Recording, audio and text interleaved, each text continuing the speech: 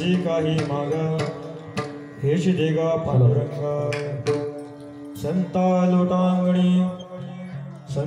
लोटांगणी मज ठाव द्या जाता लाज नको म्हणी मनसी काही माग हेच देगा पांडुरंगा तुका म्हणे अंगी शक्ती दे नाचे रंगी मनसी काही मागा हेच देगा पांडुरंगा पांडुरंगा करू प्रथम पांडुरंगा करू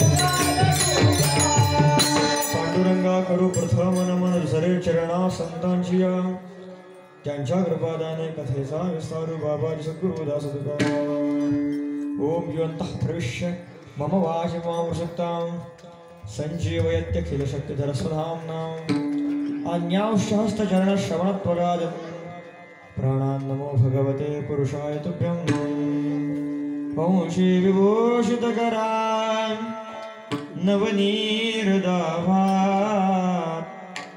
गीतांबरा तरुणबिंब फलारुषात् पूर्णेन्दु सुन्दरमुखात् अरविन्दनेत्रात्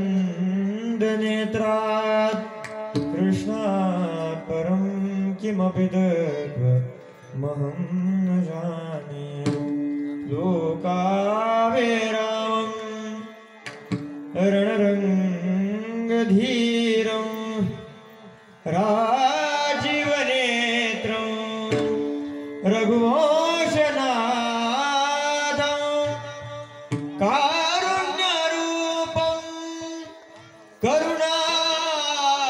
करुणाकरन्दं श्रीरामचन्द्रं शरणं प्रपद्ये अतुलितवरदां हेमशैलावदेहं धनुजवनकृशाणं ज्ञाननामग्रगण्यं सकलगुणनाथं वानराणामधीशं रघुपतिप्रियभक्तं वादिजातं नमामि शरण शरण जी हनुमन्ता शरण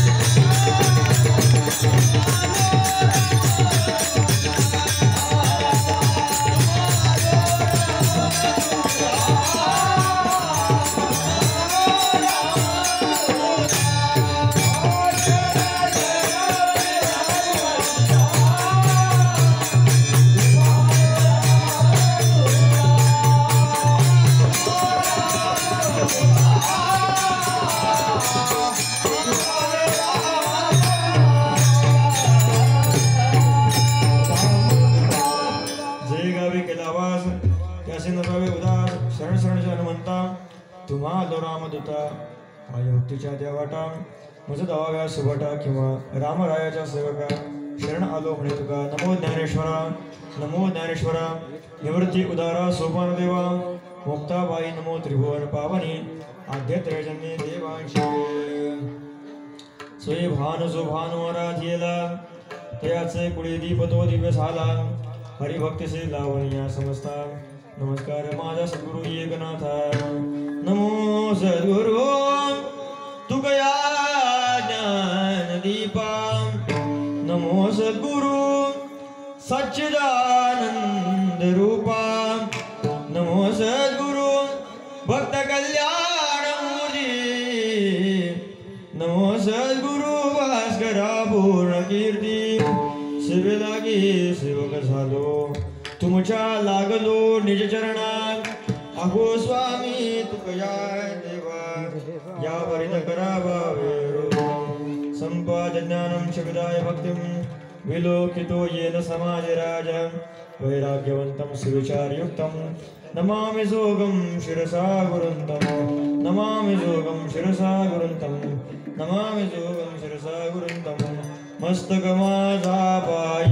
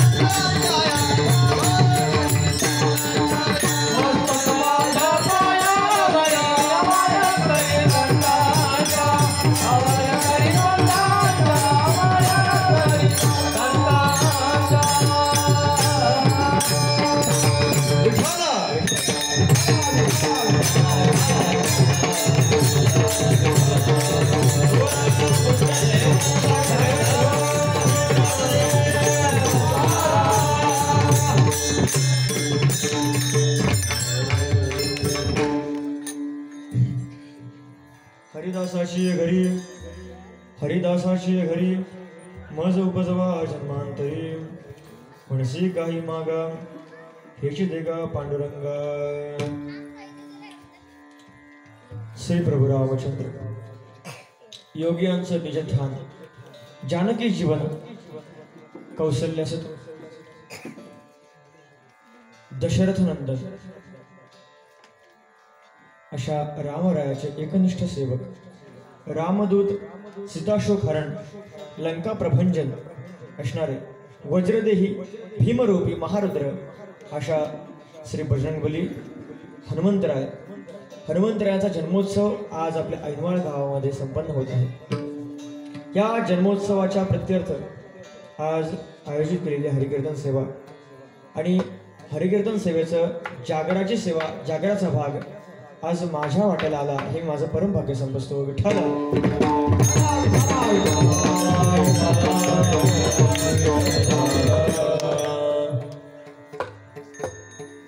आपण सर्वजणांनी कलियुगामध्ये जन्म घेतलेला आहे। जी साधना म्हणून कृतयुगापासून सांगितली गेली त्या सर्व साधनांना कालांतरानं बाद करत कालांतरानं त्या साधनांना बाजूला करत कीर्तन सेवेनं कीर्तन भक्तीनं आपलं एक वेगळं स्थान निर्माण केलं।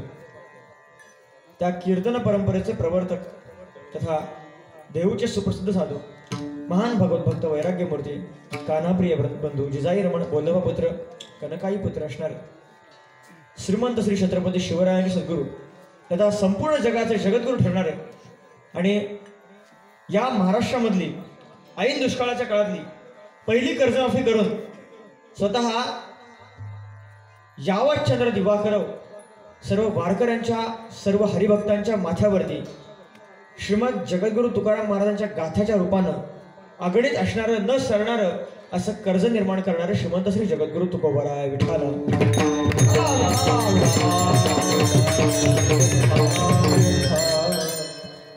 आणि त्या जगद्गुरु तुकोबारांच्या गाथ्यातला देवाकडे विनवणी करणारा, देवाकडे मागणी करणारा असा उत्कृष्ट छोटा परंतु अर्थ गहन अशा स्वरूपाचा अभंग सेवेकरता निवडलेला आहे. प्रस्तावना कार्यक्रमाची सांगायची तर तुम्हाला सांगण्याची गरज नाही. आज हनुमंतराचा जन्मोत्सव आहे. जन्मोत्सव का करावा याचं कारण की ज्यावेळेला आपण नवीन मंदिर बांधतो, लक्षात घ्या, त्या नवीन मंदिराला एकूण 22 सेवापराध सांगितलेले आहेत. त्या 22 सेवापराधामध्ये असं वर्णन आहे की ज्यावेळेला एखाद्या देवतेला आपण स्थानापन्न करतो, त्या देवतेचा जर उत्सव आपण साजरा केला नाही तर आपल्या ग्रामस्थांना त्या बांधणाऱ्याला दोष लागतो. लक्षात घ्या. ज्यावेळेला पूर्वी काळी मंदिरं बांधली जायची, मंदिर बांधण्याच्या अगोदर बरं का, मंदिर बांधण्याच्या अगोदर त्या मंदिराला एखादं वतन, एखादी जमीन त्या ठिकाणी दान दिली जायची की जरी गावातून कोणी त्या मंदिराला खर्च नाही केला तरी सुद्धा त्या जमिनीतून जे काही उत्पन्न निघेल त्या उत्पन्नातून देवाची सेवा अव्याहत चालू राहील अशा स्वरूपाची व्यवस्था, अशा स्वरूपाची तडजोड त्या काळात केली जायची. कारण आहे त्याला, कारण तुमच्या बोलवण्यानुसार देव या ठिकाणी वैकुंठ सोडून आलाय, कैलास सोडून आलाय आणि तुम्ही जर त्याला हालामध्ये ठेवलं तर तो दोष तुम्हाला लागल्याशिवाय लागणार. काय आहे, एखाद्या व्यक्तीला तुम्ही 50 लाखाचं मंदिर, 50 लाखाचं घर बांधून दिलं. ऐका, मी काय बोलतो व्यवस्थित ऐका, हे वाक्य फार महत्वाचं आहे. 50 लाखाचं घर बांधून दिलं आणि जर त्याच्यावरती गावकी घेतली चालेल का त्याला? सांगा, तो त्या 50 लाखाच्या घरामध्ये सुखी आहे का? त्या 50 लाखाच्या घरात तो खरोखर सुखी आहे का? जर गावानं त्याच्याशी बोलायचं नाही ठरवलं, अजिबात कसला व्यवहार करायचा नाही, चालायचं नाही, तसं या देवाकरता जर 50 लाखाचं मंदिर बांधलं आणि देवासमोर रोज हरिपाठ करायला कोणी नाही, आरती करायला कोणी नाही, देवाची पूजा करायला, नामस्मरण करायला जर कोणी नाही, तर लक्षात घ्या ते देवाला वाईट वाटेल. आता आपण सर्वजण व्यस्त लोक आहात, व्यस्त दिनचर्या आपली. आपल्या देवानं आपल्या या धडाला एक पोट चिटकवले. त्या पोटाच्या मागे फिरत असल्या कारणानं आपल्याला वेळ जरी मिळत नसेल तरी पण लक्षात घ्या, एखाद्या व्यक्तीला आपण रोज भेटत नसू, एखाद्या व्यक्तीशी आपण रोज चॅटिंग करत नसू, त्याच्याशी रोज बोलत नसू, कमीत कमी त्याच्या बड्डेला तरी शुभेच्छा टाकतो की नाही? आज देवाचा वाढदिवस आहे, किमान वर्षभर तुम्ही मंदिरात आलात न आलात मी बघायला नव्हतो. आलं का लक्षात? तुम्ही आलात न आलात मी बघायला नव्हतो, परंतु आज मात्र तुम्ही या ठिकाणी यायलाच पाहिजे. कारण काय, या गावामध्ये राहतो आपण, या गावावरती मालकीच्या प्रभू परमात्म्याची. लक्षात घ्या, आपण या गावामध्ये राहतो, आपण या गावामध्ये राहतो. आलं लक्षात? म्हणजे बघा, ज्ञानोबा म्हणतात ना, पाहे पा इंद्रियाचे गावा जया लागे आले पांडवा, तो कार्यार्थ वागवा सांडोनिया. हे इंद्रियांचं गाव आहे. हे काय आपलं इंद्रियांचं गाव आहे, इंद्रिय ग्राम आहे, याला इंद्रिय ग्राम म्हणले बरं काय. तर त्या इंद्रिय ग्रामामध्ये आपण राहतो. या गावाची जी देवता आहे त्या देवतेचा जागर घडला पाहिजे. तसं या गावाची जी देवता आहे, त्या गावाची क्षेत्रपाल रक्षपाल देवता आहे. लक्षात घ्या, बजरंगबली वेशीवरती उभे आहेत. तुमच्या गावामध्ये कसली अडचण, कसलं काही येत नाही. विठ्ठला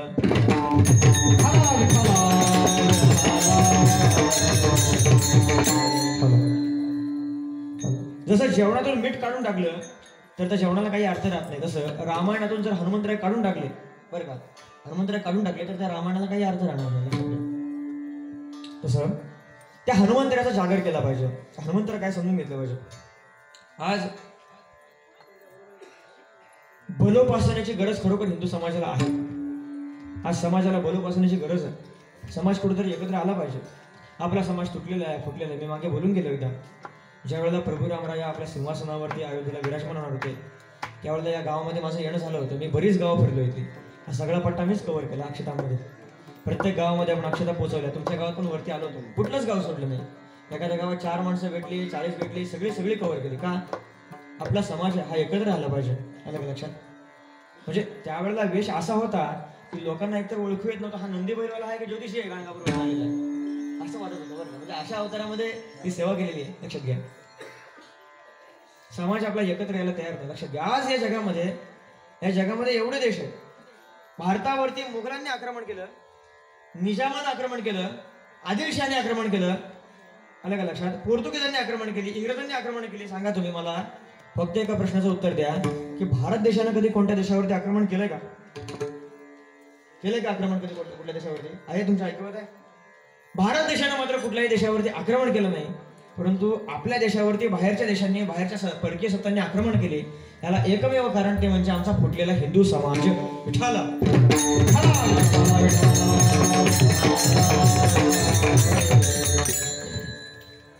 दक्षिणेमध्ये छत्रपती शिवरायांचे धाकटे भाऊ व्यंकोजी राज्य करत होते. ते एक पत्र माझ्याकडे उपलब्ध आहे. त्या पत्रामध्ये छत्रपतींनी त्यांना समाचार घेतला त्यांचा, बरं का. स्वतःचा भाऊ स्वतःच्या सैन्यावरती हल्ला करतो हे चित्र महाराजांना दिसतंय. बघा, स्वतःचा भाऊ आपल्या सैन्यावरती हल्ला करतो हे चित्र दिसतंय. छत्रपतींनी पत्रामध्ये लिहिले, तुम्हाला महाभारत झालं हे माहिती असेल. महाभारत कशामुळे झालं? तुम्ही भाऊ आहात, आम्ही भाऊ आहोत. भावामधल्या भांडणामुळे महाभारत झालं, लक्षात घ्या. आपण सर्वजण भावंड आहोत, एका मातेची लेकरं आहोत, एका भारत मातेची लेकरं आहोत, लक्षात घ्या. आपण इतके वर्ष भांडत होतो म्हणून लोक येऊन आपल्यावर राज्य करून गेली. इंग्रजांनी राज्य केलं, मुघलांनी राज्य केलं, यवनांनी सगळीकडून राज्य केलं. आपली देवळं फोडली, आपली मंदिरं नासवली, दारापुढच्या तुळशी हिसकावून घेतल्या, कळस धडाधड पाडले, मूर्ती धडाधड फोडल्या, आपल्या आया बहिणीची आबरू लुटली गेली. याला कारण कोण? याला कारण ते नाही, याला कारण आपण आहोत. अरे दुसऱ्याच्या राज्यामध्ये जेव्हा आक्रमण होतंय आपण गाफील, जाऊ दे त्याच्या राज्यात आक्रमण होतंय, मला काय करायचं? अरे एक हिंदू राजा पिडलेला आहे, एक हिंदू राज्य आज हातून जातंय आणि त्याचा शोक आपल्याला होत नाही, याच्यापेक्षा दुर्दैव ते काय? लक्षात घ्या. आज आचारसंहितेच्या काही नियमामुळे आपण प्रखरपणे बोलू शकत नाही, परंतु सौम्य भाषेत सांगतो की हिंदू समाज एकत्र आला पाहिजे. गावागावातला हिंदू समाज एकत्र कधी येईल महाराज? कधी येईल सांगा तुम्ही? कधी येईल? गावामध्ये एक पूजा ठेवाल सार्वजनिक, तेव्हा तर येईल ना. एक भावकीची पूजा घातली तर भावकी एकत्र येईल, भावकी टिकली तर गावकी टिकेल, लक्षात घ्या.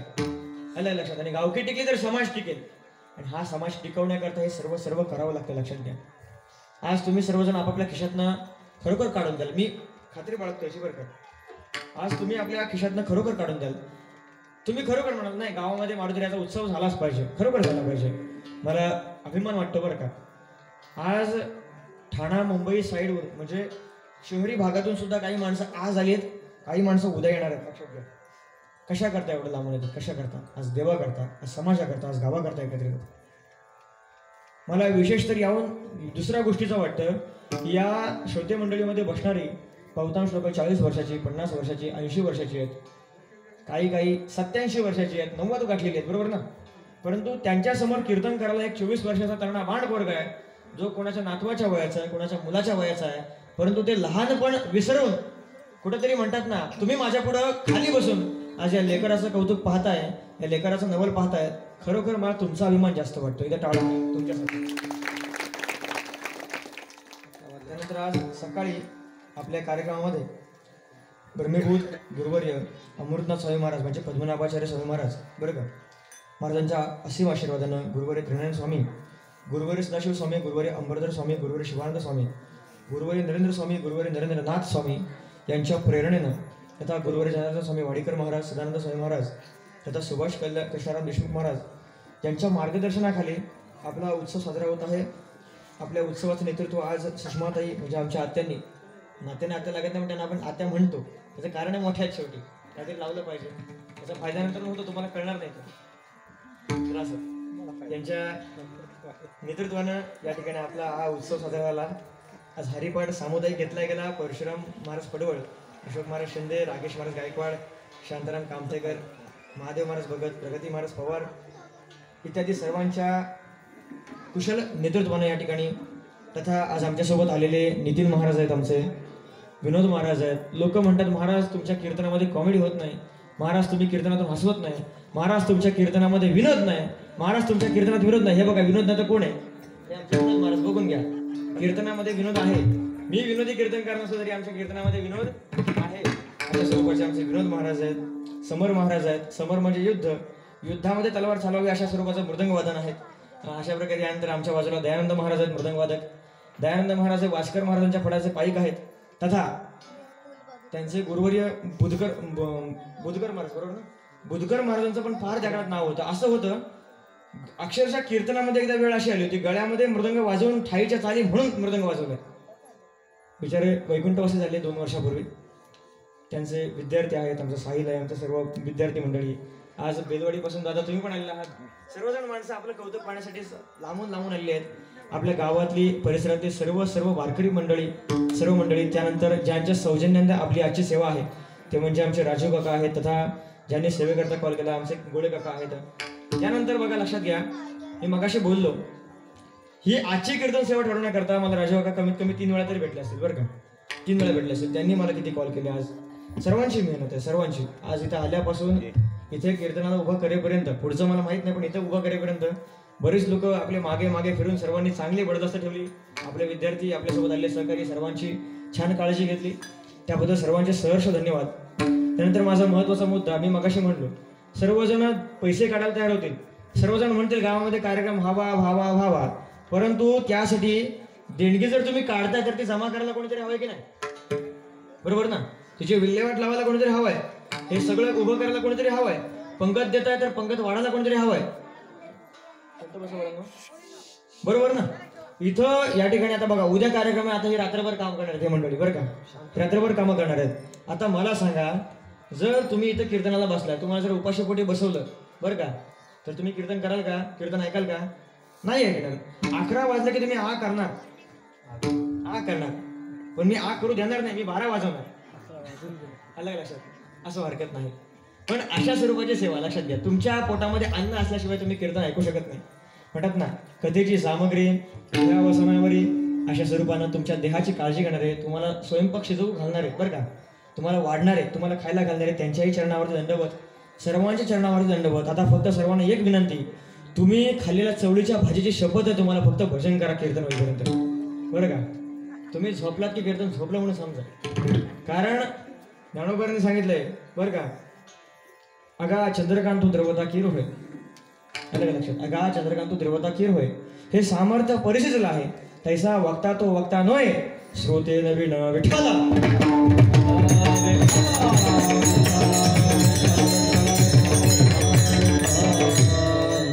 म्हणून श्रोता आहे तर कीर्तन आहे, श्रोता आहे तर कीर्तनकार आहे.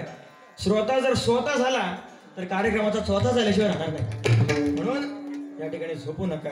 हकारून सांगितू का, नाम घेता राहू नका. नाहीतर तुम्ही म्हणा झोपल्याशिवाय जाऊ नका. म्हणजे मध्ये मध्ये जरा भजन करा, म्हणजे मला एवढं तरी कळलं तुम्ही झोपणार नाही म्हणून, बरं का? कारण कीर्तनकाराच्या शब्दामध्ये वजन नाही, कारण कीर्तनकारातच वजन नाही. कीर्तनकार हा पाव किलोचा, त्यात जरा कमी जेवतो मी, बाहेर गेल्यावर जरा कमी जेवतो, कारण मला प्रवासामुळे ऍसिडिटीची भीती वाटते. असं तर कीर्तन सेवा सुरुवात करत आहोत. बलभीम महारुद्र हनुमंतरांच्या चरित्रांना सुरुवात करूया. तर सेवेला घेतलेला अभंग हा जगद्वंदनीय जगद्गुरु श्रीमंत श्री तुकोबारांचा 4 चरणाचा अभंग आहे. अभंगामधून जगद्गुरु तुकोबाराय देवाकडे मागणी करतात. लक्षात घ्या, त्या मागणीमधून जगद्गुरु तुकोबाराय देवाला आपल्याला असणारा अपेक्षित जन्म मागतात. पहिल्या चरणातून आपल्याला अपेक्षित असणारा जन्म मागतात. द्वितीय चरणामध्ये देवाला त्या मागणीबद्दल अनन्यभाव प्रकट करतात. तिसऱ्या चरणामध्ये जगद्गुरु तुकोबाराय ज्या जन्मामध्ये येऊन संतांना लोटांगण घालत असताना, त्या संतांना शरण जात असताना मध्ये येणाऱ्या प्रतिबंधाला दूर करण्याबद्दल प्रार्थना करतात. आणि शेवटी भगवंताच्या रंगामध्ये तल्लीन होऊन नाचण्याकरता स्वतःच्या अंगामध्ये शक्तीची मागणी करतात.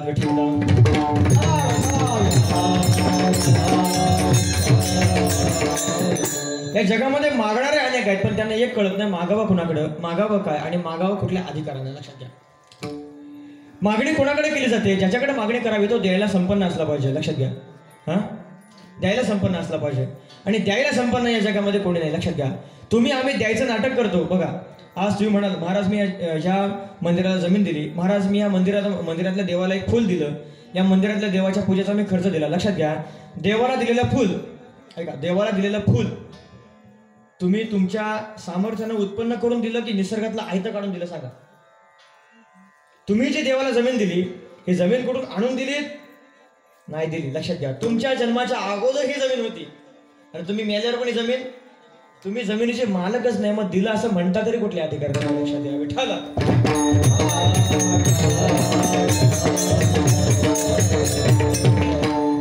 म्हणून जगद्गुरु तुकोबाराय म्हणतात, कासयाने पूजा करू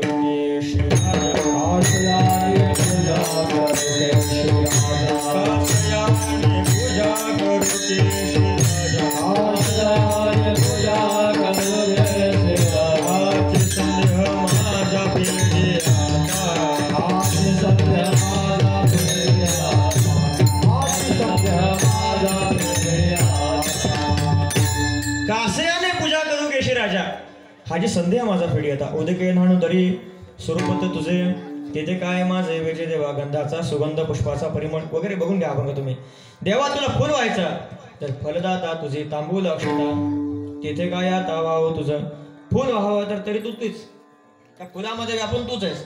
फुलं पण तुझी प्रॉपर्टी. पाणी व्हावं तर काय उदक येईन म्हणून तरी. नार शब्दाचा अर्थ होतो पाणी. ऐका, नार शब्दाचा अर्थ होतो पाणी. नारायण पाण्यामध्ये जो राहतो त्याला नारायण म्हणतात. काय म्हणतात? नारायण. मग पाणी देवाचं स्वरूप आहे. देवाच्या अंगावर देवाला कुठून होतावं? बरोबर ना. गंगेचे उदक गंगेचे अर्पिचे देव पितरोद्देशे माझे मद देती तैसे परी अनाने भावे. ज्ञानोबांची उभी आहे, लक्षात घ्या. देव काय म्हणतो? हे देतात खरं, पण देत असताना पाहत नाही माझं आहे की त्यांचं आहे. अरे देवाचं आहे, देवाला कुठून द्यावं? आता लक्षात घ्या, तुम्हाला एक उदाहरण गमतीशीर म्हणून सांगतो. तुमच्या सर्वांचं लग्न झालेलं आहे असं गृहीत धरून चालूया. असं गृहीत धरून चालूया. झालेलं ना? सगळ्यांचं नाही, पण झालंच ना चालू. आता तुमच्या घरामध्ये काही सुपारी आहेत, लक्षात घ्या. सुपारी आहेत. तुमच्या घरी ज्या वेळेला सत्यनारायण करता, तुम्ही सुपारी आणायला कुठे जाता? दुकानामध्ये जाता. दुकानात गेल्यावर त्याला म्हणता मला सुपारी पाहिजे, पण सुपारी तो दुकानदार विचारतो कशा करता? खायला की देवाला?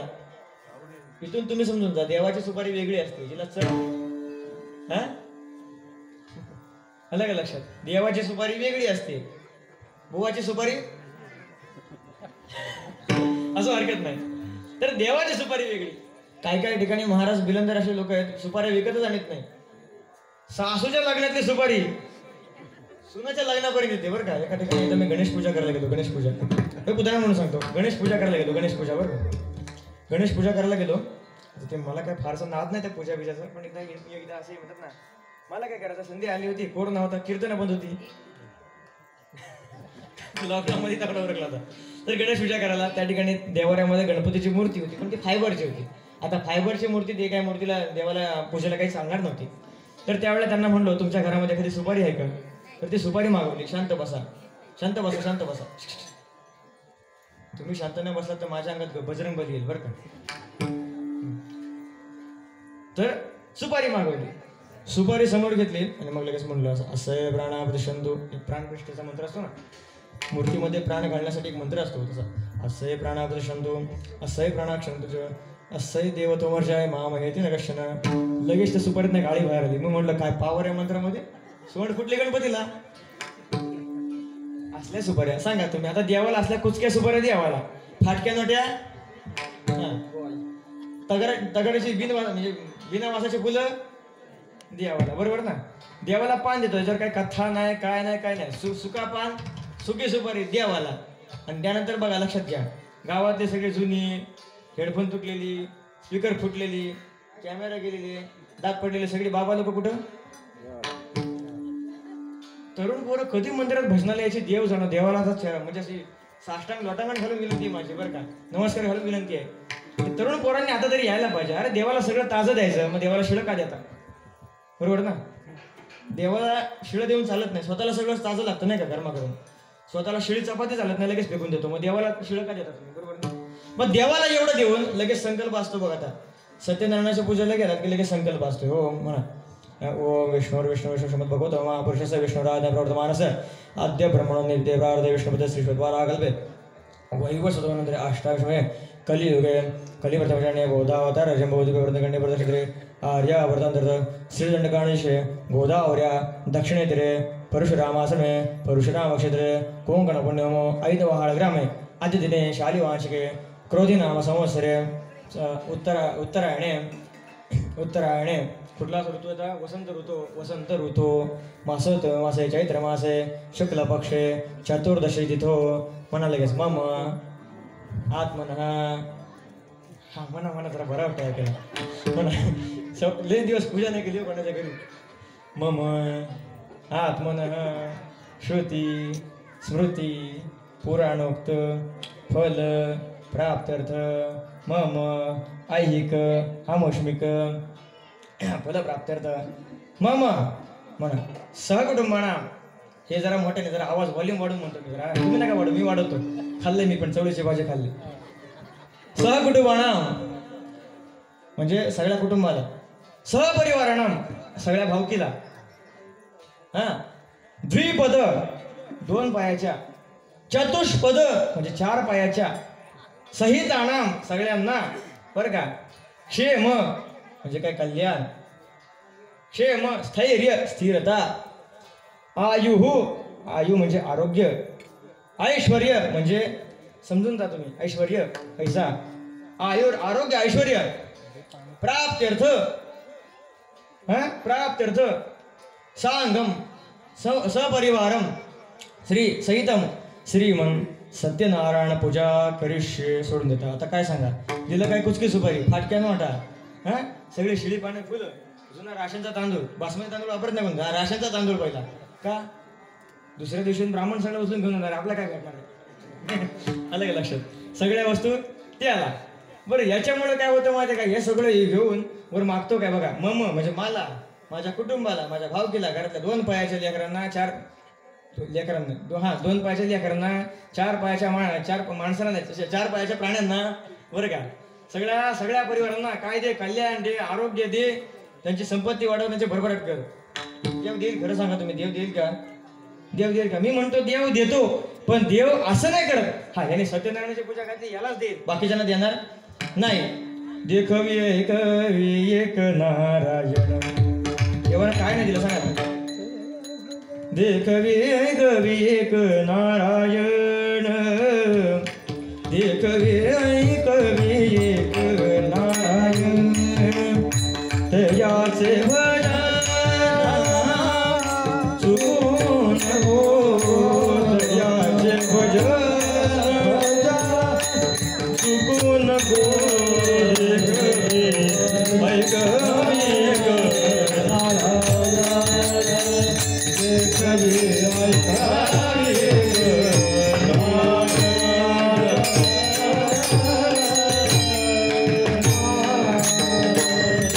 कीर्तनाला उशीर जरी झाला तरी बोर न होऊन जाण्याची जबाबदारी माझी नाही त्याची. असो तर काय म्हणतो मी, देवाला काय दिलं बघा. तुम्हाला बघायला डोळे, ऐकायला कान. लक्षात घ्या, तुमच्या डोळ्याला साधा मोतीबिंदू आला तरी 4-5 लाख तरी खर्च येतो ना. एक दात पडला तर तो बसवायला, नकली बसवायला 4,000 येतात, 4,000. मग सांगा, हे सगळं तुम्हाला फुकट दिले, बरोबर ना. वृक्षाचे पान सत्ता राहिली अनंता मोठे गतिर भरता प्रभू साक्षी निवास शरण सुरत प्रभू प्रयास्थान ज्ञान बीजमोघ्या ज्ञानोबऱ्या म्हणतात. बरं काय लक्षात घ्या. तर देवानं द्यायला काही कमी केलं नाही. उलट पक्षी जगद्गुरु तुकोबाराने सांगितलंय, दाता तोची एक जाणा, दाता तोची एक जाणा, विटेवारी जाची बाबुले समान, विटेवारी जाची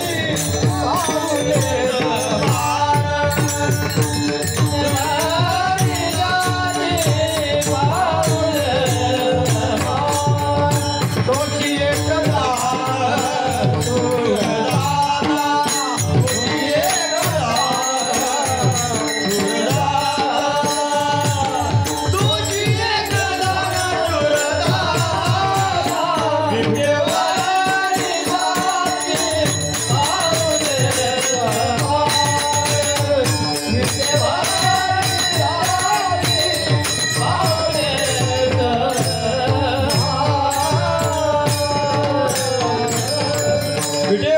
पावले समान तोची एक दान शोधता. दुसरा एक प्रकार पण आहे, दादा तोची एक जाणा, नारायण स्मरवे. ठीक आहे, चकार वापरून 2 प्रकारचे दाते सांगितले, एक म्हणजे संत, दुसरा म्हणजे देव.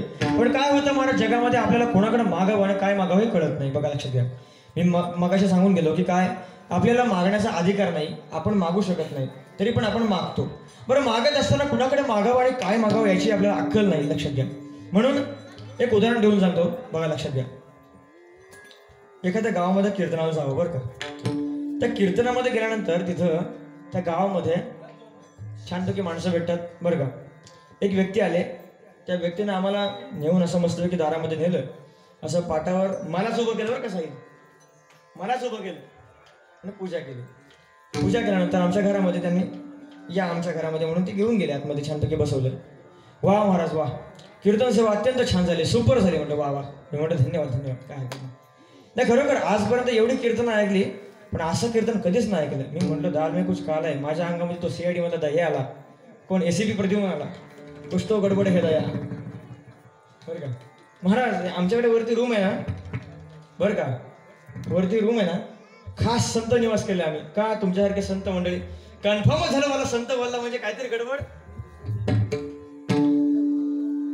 घरामध्ये आम्हाला आमच्या घरची वाढत नाही, हाताने घ्यावं लागतं. हा मला संत बोलतो, म्हणजे कमाल झाली. म्हटलं हा काहीतरी गडबड आहे. हा महाराज तुमच्यासारखे संत आमच्या घरी येतील. वा वा वा, छान छान छान. नाही महाराज एक विनंती होती. म्हटलं काय, बोला ना बिंदास. एक छोटंसं मागणं. म्हटलं काय. नाही म्हटलं आमचा मुलगा आहे, लक्ष द्या, हे महत्वाचं आहे बघा. आमचा मुलगा आहे, असाच हँडसम आहे, चांगला पोरगासारखा सेम आहे, शिक्षण खूप झालंय, चांगल्या कामाला नोकरीला आहे, परमनंट आहे, 30 वर्ष वय झालं, पण लग्नाला पोरगी भेटू ना. तेवढा तर तुम्ही इकडे तिकडे कीर्तनाला जाता, तर कुठं असेल तर बघा. आता ह्याला काय सांगू, हे तर एकटाच माणूस. बघा 1 2 3 माणसं फक्त लग्न झालेली. ही इकडून अशी रांग आणि सगळी हिरव्या चटकांची रांग आहे आमची. सगळे अशा आम्ही बिन लग्नाचे भटकतोय. आता ह्याची मागणी कुठना पूर्ण करावी सांगा बरं विठाला.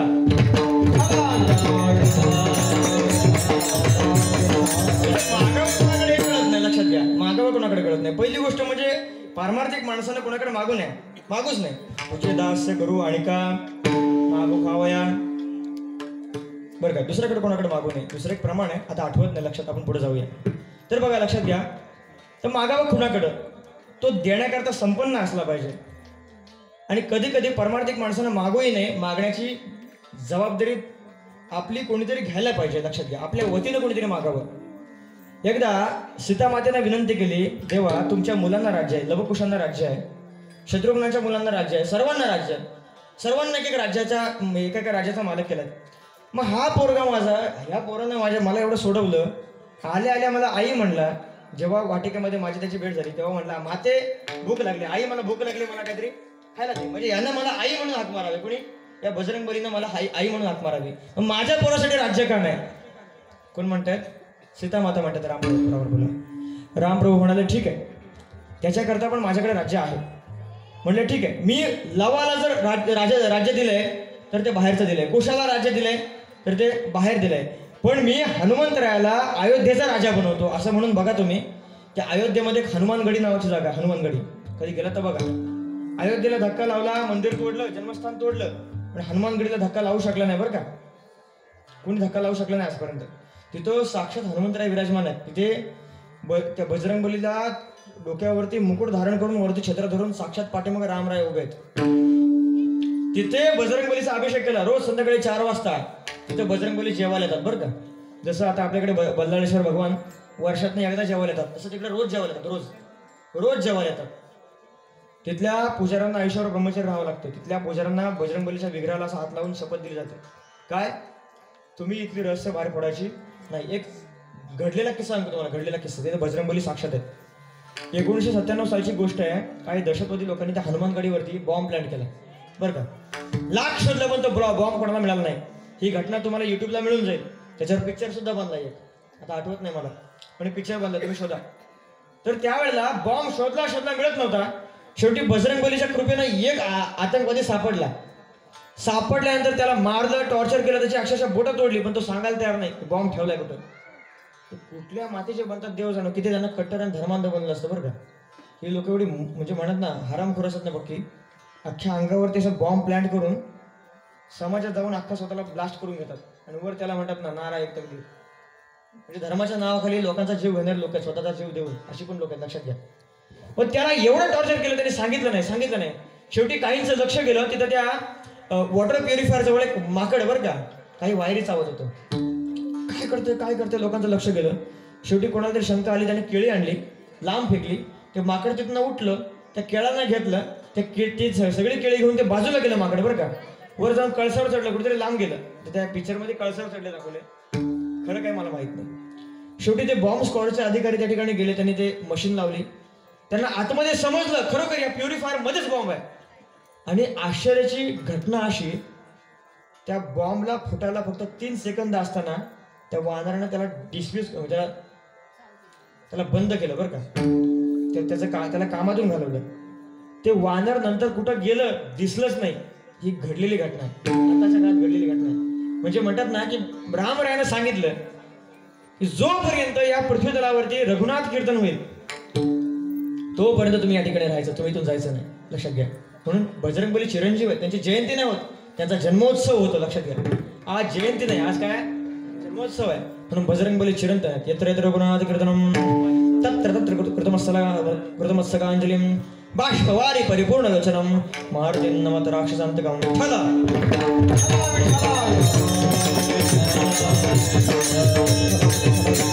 तर लक्षात घ्या, मागणी मागून एखादी मिळकत मिळवली जाते बरं का. तर मिळकत ही 3 प्रकारची आहे, लक्षात घ्या. तरुणपणातली मिळकत वेगळी, बालपणातली मिळकत वेगळी आणि म्हातारपणातली मिळकत वेगळी. चांगली खेळणी मिळणं, चांगल्या खेळाला चांगले म्हणतात ना भावले मिळणं, ही बालपणातली मिळकत आहे. खाऊ मिळणं. बघा ते मुलं मिळकतीला एवढं जपतात ना, रात्री झोपताना पण असे उशाला घेऊन झोपतात. म्हणजे बालपणातली मिळकत आहे. तरुणपणातली मिळकत कुठली सांगायची गरज आहे का तुम्हाला? सांगू का आता? सांगू का तुम्हाला? सांगू का तरुणपणातली मिळकत कुठली आहे? तुमचं वय काय आता? हा, लय लांब आहे अजून. विनोद महाराज, तरुणपणातली मिळकत कुठली? चांगली गोरी पान बायको भेटणं म्हणजे तरुणपणातली मिळकत आहे. हसलात का काय माहिती बाबा, असं हरकत नाही. तरुणपणातली मिळकत काय? तर चांगली बायको मिळणं बरं का. आता मला सांगा, तुम्ही चांगलं शिक्षण घेता, मी बोलतो बरं का, क्लिअर कट बोलतो, थोडं सरळ सरळ बोलतो मी, फक्त वाईट वाटून घेऊ नका. चांगलं शिक्षण घेता बरोबर, कशा करता सांगा? अनुभव तुम्हाला जास्त आहे. चांगलं शिक्षण कशा करता? नोकरी करता. नोकरी कशा करता? नोकरी तुम्ही असं टिकून ठेवता परमनंट, कारण आता परमनंट शिवाय तुमचं कामच बघू शकत नाही. परमनंट होण्याकरता. परमनंट कशा करता व्हायचं सांगा? परमनंट कशा करता व्हायचा? आता इथं आपला महत्वाचा मुद्दा आहे. परमनंट कशा करता? आता कबूल करा, आता कबूल करा, चांगली पत्नी मिळण्याकरता, बरोबर ना? आता हे तुम्हाला कोण सांगते बघा. तर बघा, चांगली पत्नी मिळण्याकरता काय झालं का, गावामध्ये एक व्यक्ती होता बरं का, त्याचा भाचा पण नेमका त्याच गावातला, नीट लक्ष देऊ नका, त्याचा भाचा सुद्धा त्याच गावातला. आता त्या गावातला असल्यानंतर आता म्हणत नाही मामा लोक भाच्या लोकांवरती काय खार खाऊन असं काय म्हणतात, माझं नाही खात पण मी सांगतोय फक्त. तर तो जाऊन त्याला भेटला, काय मग भाच्यासारखा म्हणलं हो. मग शिक्षण वगैरे काय चाललंय, कॉलेज वगैरे? हो म्हणलं ओके. नोकरीला म्हणलं हो हो चांगलं, आता नोकरीला वगैरे आहे. मग आता काय लग्नाचा विचार काय? म्हणलं हो लग्नाचा विचार आहे ना. म्हणलं काय बघून बिघून ठेवले का नाही? म्हणलं हो. कोण? तुमचीच पोरगी मामा. तो म्हणतो तू डायरेक्ट डीपीवरच आकडा हाणला की, डीपीवर आकडा टाकला का? मिळणार नाही. तू असा लोकांच्या हळदीमध्ये नाचायला बघणारा, एक हळद गावातली सोडत नाही का काय सोडत नाही, पोस्ट सोडत नाही, असो सीझन आहे म्हणून सांगितलं बरं का. लोकांच्या हळदी पोस्ट सगळ्या तुझी पहिली हजेरी, तुला कशी देऊ? तुम्हाला द्यावंच लागेल मामा. नाही देणार जा, असा स्वरामध्ये बोलला. काय झालं बरं का, कालांतरानं त्या गावामध्ये निवडणूक आली सरपंच पदाची. आचारसंहिता नाही का आलीच आहे, आली निवडणूक आली. म्हणजे आता हा महिनाच एवढा भारी आहे ना, लग्न सगळ्या निवडणूक एकाच बाजूला, एकाच महिन्यामध्ये. म्हणजे म्हणतात ना सगळी लोक आता उभे राहायच्या मागे लागले. यावर्षी पोराला उभं करायचं आहे म्हणजे कुठेतरी कोणातरी उभं राहायचं आहे. जसं मी आता उभा राहिलोय, हा पण आमचा उभा राहायचाच महिना. तुम्हाला सांगू का, चैत्र महिन्यामध्ये बुवा आणि आषाढामध्ये कुठला गोंधळी, रिकामा भेटत सगळे उभे असतात. असं मला कशा करता सांगायचं, लक्षात घ्या. तर तो त्या मामानं सरपंच पदाकरता फॉर्म भरला वॉर्डातनं. भाचा एवढा हुशार, त्यानं पण त्याच वॉर्डातनं फॉर्म भरला. आलं का लक्षात? त्याच वॉर्डातनं फॉर्म भरला. मामा म्हणते माझाच भाचा माझ्या मुळावर काय? तो म्हणला अर्ज मागं घे. तो म्हणला नाही देत जा. अर्ज मागं घे, नाही घेत जा. तुला काय करायचं कर, तुला काय पाहिजे ते माग, पाहिजे ते देतो, पण पहिला अर्ज मागे देसाल. हो देईन, पोरगी द्या तर अर्ज मागे घेतो. बाकी तुम्ही समजून जाता काय म्हणायचं. म्हणजे तरुणपणात एक मिळकत आहे, लक्षात घ्या. तरुणपणामध्ये एक मिळकत आहे. आता म्हातारपणामध्ये एक मिळकत आहे. म्हातारपणामध्ये काय मिळकत आहे? एका व्यक्तीला भेटलो, बाबा असं टेन्शनमध्ये होता, असा कीर्तनामध्ये असं फ्रेश बसत नव्हता, कधीच फ्रेश बसत नव्हता. आणि म्हणून मी त्याला पकडला. म्हणून मी सांगतो, जो फ्रेश बसणार नाही त्याला मी शेवटला पकडणार बरं का. फ्रेश बसा. त्या व्यक्तीला विचारलं का बाबा एवढे टेन्शनमध्ये, असं तोंडावर असे 12 वाजलेले, असं एकदम तोंड पडून उदास बसतात एकदम, कारण तुमच्या तोंडाकडे बघून माझा रंग जातोय, तुम्हाला काय सांगू आता. तर बाबांना विचारलं, म्हटलं काय? ते म्हटलं महाराज काय सांगू, जीवनातलं टेन्शन. म्हटलं कसलं टेन्शन आहे? नाही घरबीर म्हटलं मोठं घर आहे, चांगलं मोठी प्रॉपर्टी आहे, सगळं गडगंज आहे सगळं आहे. अहो 7 पिढ्या बसून खातील एवढी श्रीमंती आहे घरी, मग टेन्शन कसलं आहे? नाही 7 पिढ्या बसून खातील पण 8व्या पिढीचं कसं काय? आता हे टेन्शन बरोबर आहे का सांगा तुम्ही? हे टेन्शन घ्यायला पाहिजे का म्हाताऱ्या वयामध्ये? आता अर्धी लाकडं मसनात गेली तरी कीर्तनाला येत नाही. आता टेन्शन तुझं आम्हाला यायला लागेल. म्हणजे म्हातारपणात एक मिळकत आहे परमार्थ महाधन. ह्या धनाकडे बघायचं नाही म्हातारपणामध्ये. परमार्थ महाधन जोडी देवाचे चरण भावयाचं तर नाही उपाय लावायचे. आता आचारसंहितेमुळेच काही गोष्टी बोलता येत नाही, पण सरकारने तिकीट फुकट करून टाकले तुम्हाला. आता तरी वारीला या, आता तरी वारीला या ना, जरा थोडं फिरा ना. नका पायी चालू, पण कमीत कमी गाडीने तरी वारीला या. असं मला काय म्हणायचं. एक म्हातारा आम्हाला भेटला असत तर मुंबईला कितीतरी सप्ते आहेत, जवळपास 400 सप्ते जवळपास होत असेल ना तुमच्याकडे, कमीत कमी 11. तर म्हातारांना, महाराज काय तुम्ही जाता एवढं लांब लांब, आम्हाला काय कीर्तनाला घेत नाही, आम्हाला काय कुठं फिरवत नाही. तुला काय सांगू, मी साहेब मंडळाचा गणपती. त्या मंडळाचा गणपती सिंहावर येईल, वाघावर येईल, मोरावर येईल, तर कुठला तो बाहुबली मध्ये येईल कसा कसा बसून, काय नियम नसतो. तसा माझा की नियम नाही. मी इकोमध्ये येतो, मी ओमनीमध्ये येतो, मी टेम्पोमध्ये येतो, मी बैलगाडीत येतो, टू व्हीलर येतो, कशावर पण येतो. असा मंडळाचा गणपती म्हणजे मी आजचा बुवा. आता म्हणला ठीक आहे तर चला घेऊन, कारण काय मिळाला गेला, शेवटची इच्छा अजून राहिली तर भूत येऊन रात्री मानपटीवर बसत, त्यापेक्षा नेलेला काय वाईट आहे असं म्हणून त्याला न्याला. पण न्याला तर नेल्यावर कीर्तन वगैरे झालं, पाठ्याची वेळ होती, मस्तपैकी 8 वाजताची वेळ होती. आणि एका बिल्डिंगमध्ये एका माणसाला वरच्या मजल्यावर, अक्षरशः 12व्या मजल्यावर भेटायला जायचं होतं. तर खालून जात होतो, सकाळची वेळ होती. काय व्हायचं की असं काही त्या सोसायटीमध्ये तरुण मुली वरून त्या लिफ्टने खाली यायच्या, बरं का, लिफ्टने खाली यायच्या. व्हायचं काही म्हाताऱ्या बायकाच्या बस सकाळी सकाळी दर्शनाला गेल्या असायच्या, त्या लिफ्टमध्ये घुसायच्या. आणि त्या लिफ्टमध्ये घुसल्या, त्या वर जायच्या, वरून तरुण मुली खाली यायच्या. त्या म्हाताऱ्यानं हा प्रसंग बघितला. असं म्हणलं, म्हाताऱ्या बायका आत जातात, तरुण होऊन आतमध्ये यायला बाहेर येतात. म्हातारी बाई आत घातली. म्हणतो काय मुंबईने प्रगती केली, म्हातारी बाई आत घातली की डायरेक्ट तरुण बाईच बाहेर येते. म्हणजे विचार करा, काय आला तो आला माझ्यावर. महाराज म्हटलं इकडे आहे. हो तुम्ही मला फसवलं, तुम्ही माझ्यापासून ही गोष्ट लपवलीस का. म्हटलं काय झालं, काय लपवलं. म्हणलं अहो मुंबईने एवढी प्रगती केली आहे, अहो काय मशीन काढले बघा ना. ती म्हातारी बाई आत घातली की डायरेक्ट तरुण होऊनच बाहेर. मला हे तुम्ही आधी काय सांगितलं. म्हटलं तुम्हाला कशाला सांगायला पाहिजे, माझ्या म्हातारीला आणली असते. आता सांगा, आता ह्याच्या अर्धी लाकडे खरोखर मसनात गेले. आता काय गरज आहे बरेच, काही गरज नाही. पण म्हणतात ना, म्हातारपणे काय म्हणजे मिळवावं. लक्षात घ्या, तरुणपणातली मिळकत वेगळी, बालपणातली वेगळी, म्हातारपणातली वेगळी. दोन कधी एकत्र येत नाही. तरुणपण बाळपण कधी एकत्र येत नाही, बाळपण आणि म्हातारपण कधी एकत्र येत नाही. फार तर फार म्हातारपणामध्ये सरपण येतं, पण तरुण पण येत नाही. लक्षात घ्या. पण चांगल्या उड्या मारायच्या तर तरुणपणामध्ये मारायच्या, हरिपाठामध्ये पावल्या खेळायच्या तरुणपणामध्ये खेळायच्या, कीर्तनाला जायचं तर तरुणपणामध्ये जायचं. म्हातारपणामध्ये तुम्हाला काहीच करता येणार नाही. जवळ तुम्ही पंक्तीमध्ये जेवायला बसाल तोवर कमीत कमी हरिराम म्हणत जा. माझं आवडीचं भजन आहे, कारण खायला भेटत तेव्हा. बरं, माझा आवडीचा श्लोक पण आहे. कुठला माहिती का, माझा आवडीचा एक श्लोक आहे, वदने कवळे घेता. तो आताच म्हणत असतो. लक्षात घ्या, जोवर तुमच्या तोंडामध्ये दात आहेत तोवर हरे राम राम राम हरे हरे हे म्हणत जा. आता नाही, जेवणात म्हणत जा. आता तुम्ही लगेच तोंड असाल, मला जेवण कुठं आहे, हरे राम म्हणून जेवायला पाहिजे असं म्हणत जा.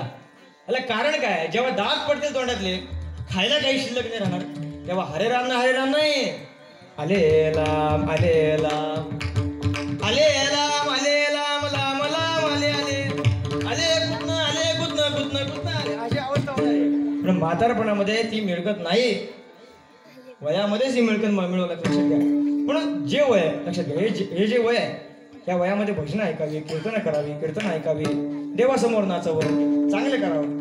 तो उगाच तुम्ही म्हातारपणाची वाट का बघताय. आमचे लोक काय म्हणतात, महाराज हे माळ वेळ घालायचं काय आता वय का, जरा थोडं काही वर्ष खाऊन घेतो, नंतर मग सगळं झाल्यानंतर माळ घालतो आम्ही. आता काय माळ घालायचं वय का, नंतर जेव्हा म्हातारा होऊ तेव्हा बघू. अरे जगद्गुरु तुकोबारांनी सांगितलंय, भविष्याचे माथा भजन नेदावे सर्वदा. कधीच भविष्य काळावरती भजन थापू नये. कारण काय, तुम्ही फक्त इथल्या बसलेल्या एकाने तरी मला गॅरंटी द्या, महाराज उद्याचा दिवस मी गॅरंटीनं बघेन. तुम्हाला जो कॉन्फिडन्स नाही तो फक्त आमच्या बुवा लोकांना आहे. त्याचं कारण आहे, आमच्या तारखा पुढच्या वर्षीपर्यंत बुक आहेत. इंदुरकर बाबाच्या 2-2 वर्ष भेटत नाही तुम्हाला तारखा, म्हणजे त्याला किती कॉन्फिडन्स बघा. बरं, इंदुरकर बाबा सगळे 13 वर्षात कीर्तन करता. बरं, सगळी ती वर्षाची कीर्तन सगळे इंदुरकर बाबाला, तरी किती कॉन्फिडन्स आहे. जयाचे शरीर जाई लक्षणात, तरी या गोपीनाथ काय म्हणायचं मला. तरी मिळकत आहे, ही मिळकत त्याच्या वयामध्ये मिळवावं लागते. काही गोष्टी या सहज मिळतात, तर काही गोष्टी करता प्रार्थना करावी लागते. त्या काही गोष्टी करता प्रयत्न करावे लागतात, काही गोष्टी करता हट्टच करावा लागतो. लक्षात घ्या. शास्त्रकारांनी याची मीमांसा केली. अनाहुताहि लभ्यन्ते अनाहुताहि लभ्यन्ते मृत्युं मूर्खं व्यसनालस्यम् अन्यत्र तू लाभसिद्धो यत्नम हट्टम अपेक्षते. बघा, 4 गोष्टी अत्यंत अत्यंत सामान्यपणे मिळतात. लक्षात घ्या, या 4 गोष्टींकरता प्रयत्न करण्याची गरज नाही. मृत्यू कधीही मिळू शकतो, मृत्यू सहज मिळतो, मूर्ख व्यक्ती सहज मिळतो, व्यसन सहज लागतं, आळशी व्यक्ती सहज मिळतो, आळस सहज लागतं. आणि त्याच्यामध्ये अत्यंत दुर्लभ अशी गोष्ट आहे, जी गोष्ट मात्र प्रयत्नानं मिळत नाही, सहज मिळत नाही, ही हट्टानंच मिळवावी लागते. जी गोष्ट हट्टानं मिळवावी लागते ती गोष्ट कोणती? अभंगाचा प्रथम चरण. हरिदासाची घरी हरिदासाची घरी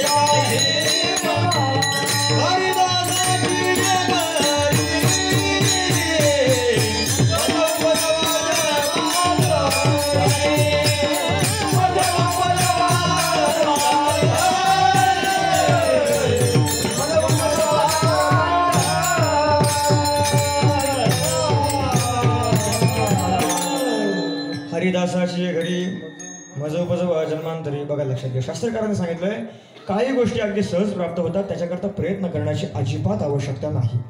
त्या 4 गोष्टी कोणत्या? मी मगाशी म्हणून गेलो. अनाहुताहि लभ्यन्ते मृत्युम मूर्खम व्यसनम आलस्यम. अलग लक्षात, मृत्यू सहज प्राप्त होतो. लक्षात घ्या, मृत्यू अगदी सहज प्राप्त होतो. फक्त काय, त्या मृत्यूचा एक अधिकारी ठरलेला आहे, मृत्यूची एक जागा ठरलेली आहे, मृत्यूची एक वेळ ठरलेली आहे. लक्षात घ्या, प्रथम सांगतो तुम्हाला, मृत्यूची वेळ ठरलेली आहे. एखादा व्यक्ती म्हणला, महाराज डॉक्टरकडे गेला, डॉक्टरनं म्हणलं, डॉक्टर ऐका, काय आहे? तुम्ही म्हणता आता मी काही जगणार नाही, मी आता फार तर फार 1 दिवसाचा पाहुणा आहे, उद्या अमावस्या आहे. बाळांनो शांत बसा, प्रश्न विचारल्यानंतर माझ्या अंगात दूरी करायला काय खरं नाही तुमचं. तर तुम्ही टार्गेटलाच बसले बरोबर. हां,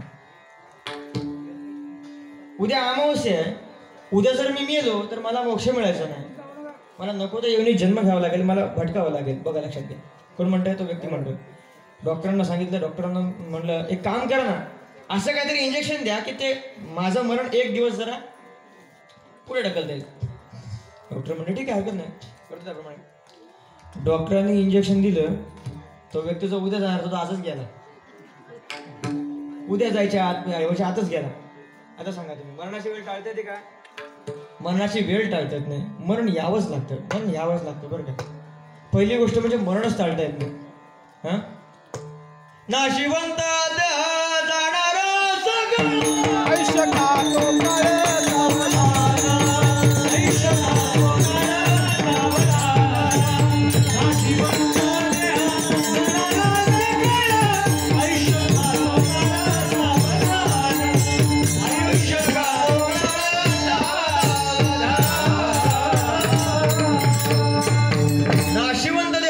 आयुष्य आयुष्य खातो काळ सावधाना. श्रीमंत कैवल्य चक्रवर्ती संत सम्राट श्री ज्ञानोबा ज्ञानेश्वरीमध्ये सांगतात आणि अदू उदो वस्तू पैसे अखंडित होत जात असे जन्म मृत्यू हे तैसे अनिवार्य जगे. लक्षात घ्या, मृत्यू आणि जन्म हे अनिवार्य घटक आहेत जगात. जो जन्माला आला जातसही ध्रुव मृत्यूवर ध्रुवम जन्म तसंच तस्मात अपरिहार्य नत्वम शोचितू मरसी. मरण येतच. लक्षात, मरणाची वेळ ठरलेली आहे. मरण येतच. त्याकरता मरणाकरता प्रयत्न करण्याची गरज नाही. लक्षात घ्या. आता बघा तुम्ही, शेतकऱ्याच्या मालाला भाव मिळत नाही, सासरकडचे छळ देतात, छळ करतात. कोणीतरी प्रेमामध्ये धोका दिला म्हणून लोक जीव देतात. कुठेतरी लटकवून घेतील, कुठेतरी बांधायला कुठेतरी जाऊन मरतील, काहीतरी करतील. लक्षात घ्या, माझी विनंती आहे, तुम्हाला जे काय पाहिजे जीवनामध्ये, तुम्हाला जे काही तुम्हाला जीवनामध्ये अपेक्षित आहे ना, ते एकतर लढून मिळवा. बरं का, ते लढून मिळवा, रडून नाही. हे वाक्य काय लक्षात ठेवा. छत्रपती शिवाजी महाराजांचे वडील पिताश्री शहाजीराजे आदिलशहाच्या कैदेमध्ये आहेत. आलं का लक्षात? शहाजीराजे कैदेमध्ये आहेत. त्याच्या काही कालांतरानं जेव्हा वयाने जरा मोठे झाले, अफजल खान चालून आलाय.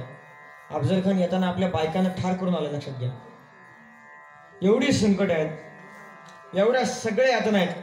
औरंगजेबानं नजर कैद करून मारण्याचा प्रयत्न केला. छत्रपती शिवाजी महाराजांनी हा विचार शिवला का?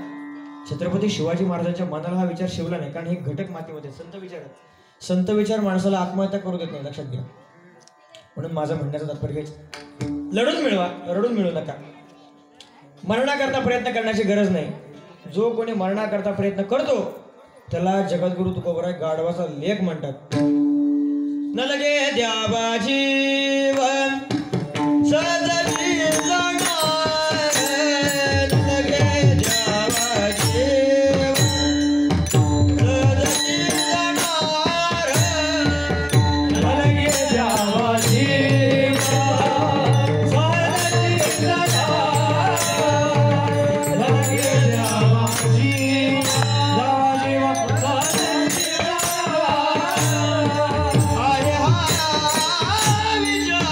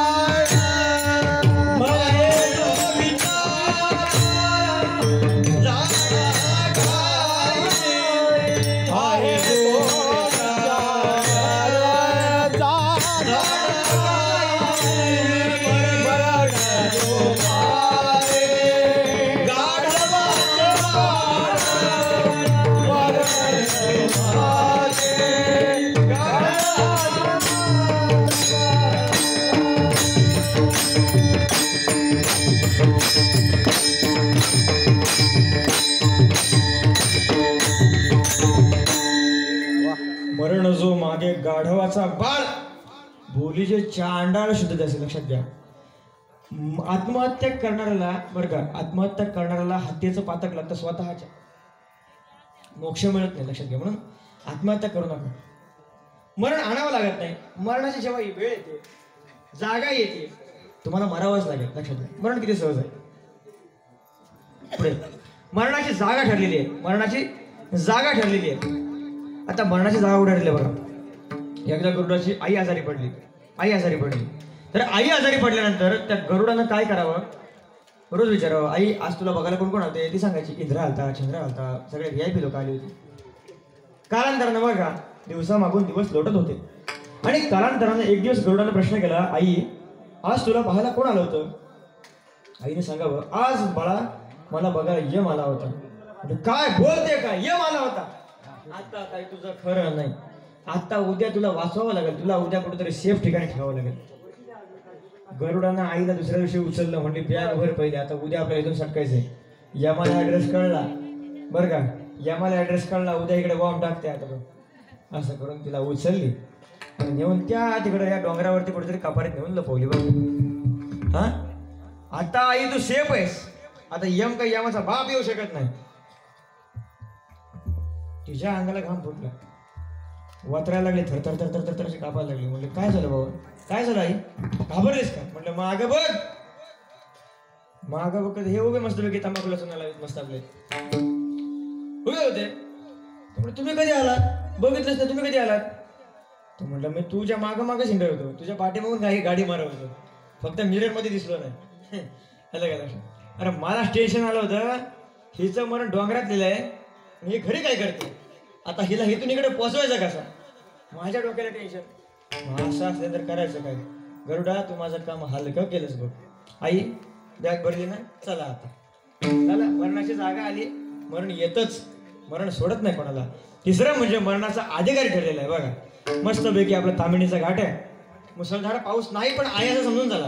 कारण सध्या काय माहिती काय, पावसाळा का काय समजाय मार्ग नाही. पावसाळ्याला पण कोणीतरी 50 होके दिले काय कळा ना मला. तो कधी पण उगवायला लागलं, कधी पण पडतंय, काय पण असा पडत होता बरं का. आणि लोक पिकनिकला गेलेली प्रति बालाजीला चाललेली. प्रति बालाजीला जात असताना असला मोठा पाऊस, असला धुवाधार पाऊस मजबूत, आणि त्यातही गाडी यांची चालली. आता गाडी चालली आहे, काय व्हायचं, त्या गाडीच्या समोर कशी वीज यायची, कडा अडकन चमकायची, परत मागे जायची, का अडकन चमकायची, परत संपून परत मागे जायची.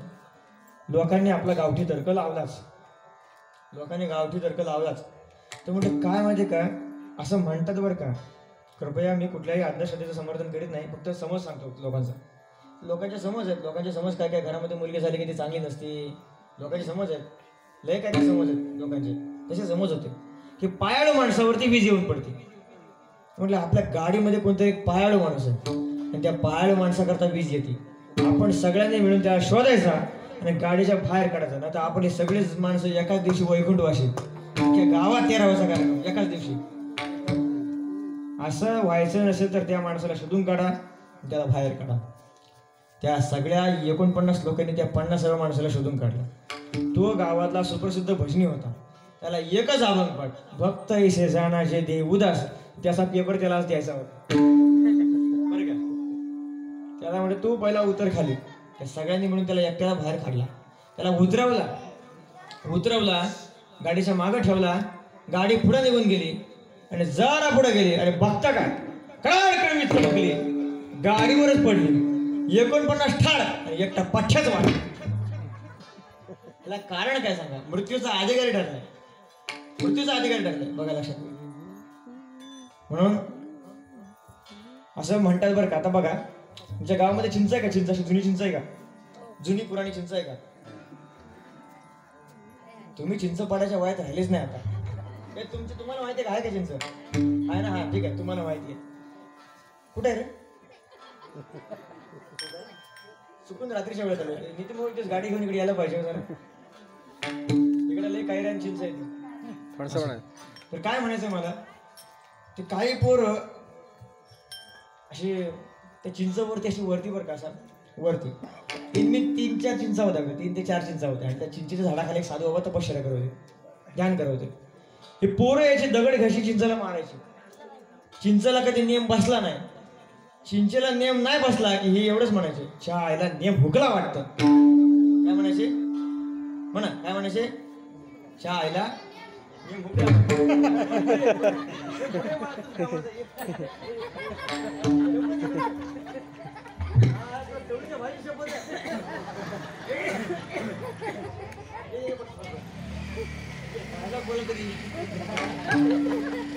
एवढे काय कामाचं नाही, एकटाच कामाचा माणूस भेटला मला पोरांमध्ये, पोरीमध्ये नाही, सगळी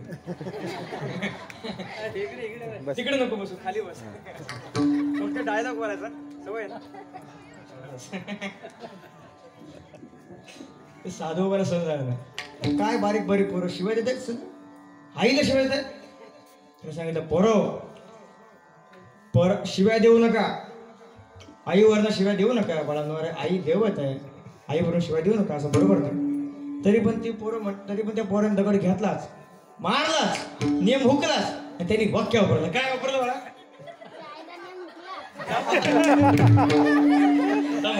शांती जरा. ऑर्डर त्यांना शेवटी साधूबाबाने सांगितलं, आता जर तुम्ही माझं नाही ऐकलं तर मी तुम्ही जर असं थांबणार तर माझं पुढे जाणार नाही. तुम्ही जर आता असो तुम्ही जर आता माझं नाही ऐकलं मी तुम्हाला शाप देऊन भस्म करेन. आता हे पोरं बाप मानित नाही शाप मानतील का सांगा बरं. त्या पोरांनी परत दगड घेतला परत चिंचेला मारला परत नाही मुकला. काय बोलले ऐका असं असं बोलले कोण बोलले पोरं बोलले. साधू गरमागरम फडाचा होता फडाचा असा गरम डोक्याचा होता. असं म्हणतात ना नागा आखाड्याचा होता नागा आखाड्याचा. त्या साधूनं खरोखर हातामध्ये पाणी घेतलं बरं का खरोखर पाणी घेतलं. हे यमा जर आता परत या पोराने शिवी दिली तू नाही बरं का त्या पोराने शिवी दिली तर आत्ताच्या आता इथं वीज पाड. संकल्प केला पाणी सोडलं पोरांनी परत दगड मारला परत नाही मुकला. काय बोलली ऐका ऐका मग काय म्हणतात यमाने साधूचा शब्द पाळला ना महाराज. यमाला राग आला खरोखर बरं का. यमानं वीस पाडली आणि वीस पाडली बरोबर झाडावर पडले साधूच ठार. आणि वरना यम म्हणतोय काय म्हणतोय यम यम काय म्हणतोय चायला नेम हुकला.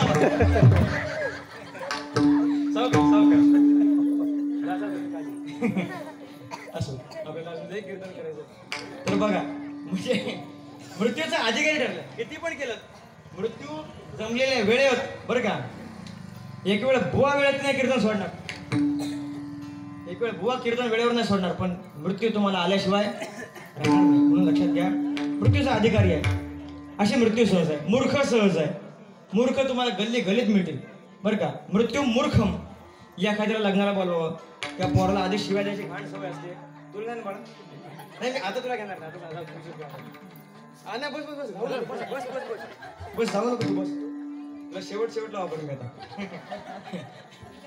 ते लक्षात घ्या. तर त्याला अशा शिव्या द्यायची सवय होती. लोकांनी सांगितलं बाळा अशा शिव्या द्यायच्या नाही. त्यांनी कधी ऐकलंच नाही. शांत बसा. ते बोललो ना माझ्या अंगात इंजुरी करीतो म्हणून ते विसरू नका तुम्ही. कधी कधी येतो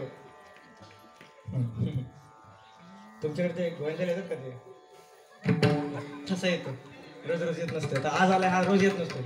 हे रोजच्या आमच्या यांना माहिती आहे सवयीच्या लोकांना माहिती आहे आज काय खाल्लंय काय माहिती चवळीच्या वाईचा परिणाम आहे. तर काय म्हणतोय मी तर त्या व्यक्तीला सांगितलं उद्या गावात लग्न आहे उद्या मंडपात दिसू नको. तो म्हणला मी मंडपात येणार तुम्हाला काय करायचं. मंडपात आला तर गप बस तोंड उघडायचं नाही. तो म्हटला ते माझं मी बघून घेईन तुम्हाला काय करायचं. आला ना मंडपामध्ये तर मंडपामध्ये नवरदेव आला तर नवरदेवाचं ते कान पिळण्याकरता आला. नवरदेव ते कान पिळण्याकरता ते आला ते गेट बीट येतात नाही का गाड्या. आता मला अनुभव नाही तुम्हाला अनुभव नाही सांगतो. तर त्याला विचारलं बरं का तिथे आला हे जगद्गुरु तुकोबारांच्या भाषेत सांगतो तुम्हाला म्हणे नवरी आणा रांड जाळा नवऱ्याचे तोंड नवरदेवाला तोंड जाळा पाहिला कोणतरी नवरीच्या रांडा मध्ये शब्द त्याने वापरला का असं महाराजांच्या भाषेमध्ये. तुला सांगितलं ना गप बस तुला सांगितलं गप बस शुभ विवाह आहे म्हणून एकटं ना लग्नामध्ये कधी कोणाला पाजच जाऊ नका. आणि पाजले की त्याच्या शिवाय ऐकायला चांगलं तयार राहा. दुसऱ्या दिवशी ब्राह्मण मंत्र म्हणणार आदल्या दिवशी शिव्या खाऊन घ्या. बरं आला त्याला सांगितलं तुला सांगितलं तोंड पण ठेव तरी खोललंच. ते म्हटले मला ते माहित नाही तिकडे नवरा मरो नवरी म्हणून मंडपाला आग लागू दे मला पहिला जेवायला गेला असा पिंडा एवढा भात घातो मस्तपैकी एखाद्या मड्यासारखा पडून राहतो का नाही बघा. म्हणजे हाय का मूर्खाला सांगायची गरज मूर्खाला सांगून उपयोग खळाची संगती उपयोगाशी नाही. आपण पाय त्याच्या संख्येचा पुढे मूर्ख. त्यानंतर काय मृत्यू मूर्ख व्यसन लागायची गरज. मला सांगा हे गावोगावी जे लोक असतात काही समाज सुधारक असतात ना तंबाखू ठोकणारे लय धन्य बरं का. एक वेळ दारू पिणारे पण परवडले पण हे सिगरेटवाले नाही परवडत का. स्वतः धूर सोडतात आणि दुसऱ्याला सवय लावतात. जो पित नाही त्याला पण धूर देतात. ही सहज भेटतात सहज त्यांना काही कारण नाही काय नाही. आता कधी कधी कीर्तनामध्ये पण काय असतात बाजूबाजूला आपल्या मस्त भेटतात. बरं असं मला काय सांगायचं व्यसनी माणूस. बरं दुसऱ्याला व्यसन लावण्याकरता कसली फी नाही घेत. तुम्ही कधी असं ऐकलंय का एका व्यक्तीने दुसऱ्या माणसाला एवढा बनवला पण त्याची काहीतरी फी घेतली क्लासची फी घेतली. ऐकलंय कधी. तर एवढे हराम करू सांगतो तुम्हाला एका व्यक्तीच्या दाढीला अशी आग लागली, आग बरं का, आग लागली, आग लागली, आग लागली म्हणजे त्याच कारणामुळे लागली. कशामुळे? पेटवण्यामुळे लागली. आधीच हसू नका, पहिला जोक ऐकून घ्या तुम्ही. तर बाळा बस. समोरून व्यक्ती आला, ओ ऐका ना हो काका, आग वेळेस आग लागली, आग थांब थांब थांब थांब थांब, आग लागली थांब, तू घाबरू नको, थांब तुझी, थांब आग वेळेस थांब थांब थांब थांब थांब. त्यांना पहिले खिशातून बेडी काढली, ती पहिले पेटून घेतली. असली माणसं म्हणजे व्यसनी माणसालाच मिळतात. चौथं म्हणजे काय? आळस. बरं का, आळस. आता आळस म्हणजे काय तुम्हाला सांगून जातो एका वाक्यात, त्याला मी जास्त वेळ घेत नाही, कारण तुम्हाला जर आळस आला तर कीर्तन बंद करावं लागेल आपल्याला. आळस म्हणजे काय? कीर्तनामध्ये बसून हाताने टाळी न वाजवणं, नुसतं जांभया देत सुटणं, विठ्ठल विठ्ठल भजन न करणं, याला म्हणतात आळस. विठ्ठल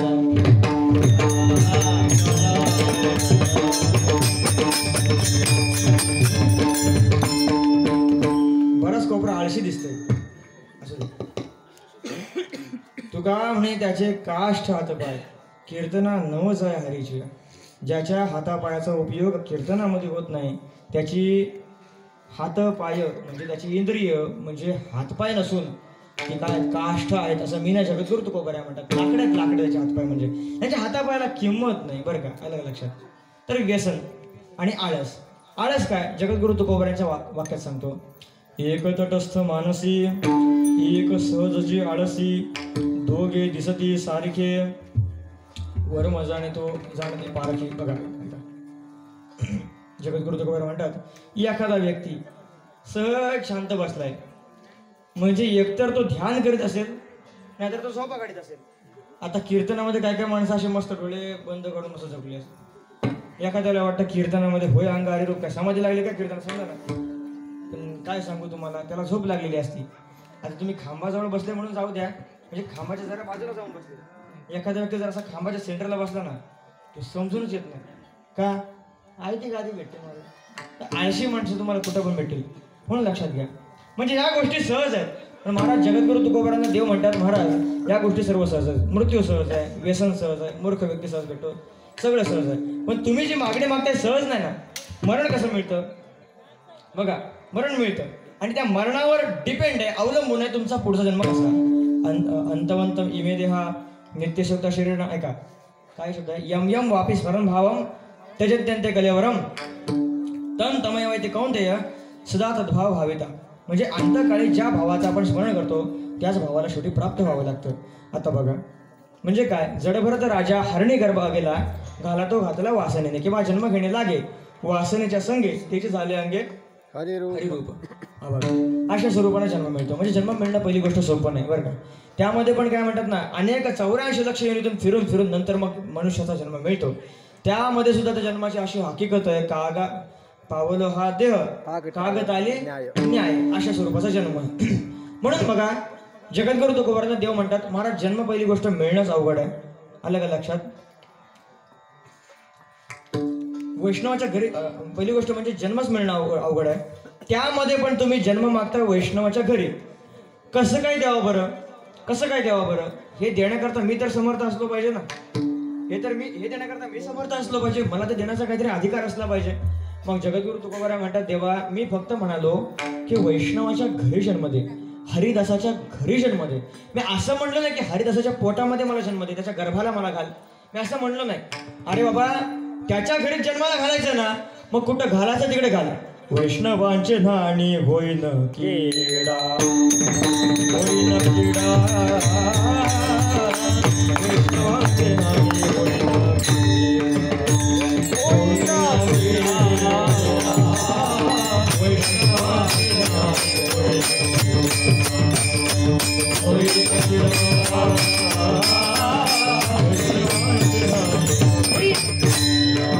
सेवी नावची लोळे नायाणी, सेवी नावची लोळे नायाणी,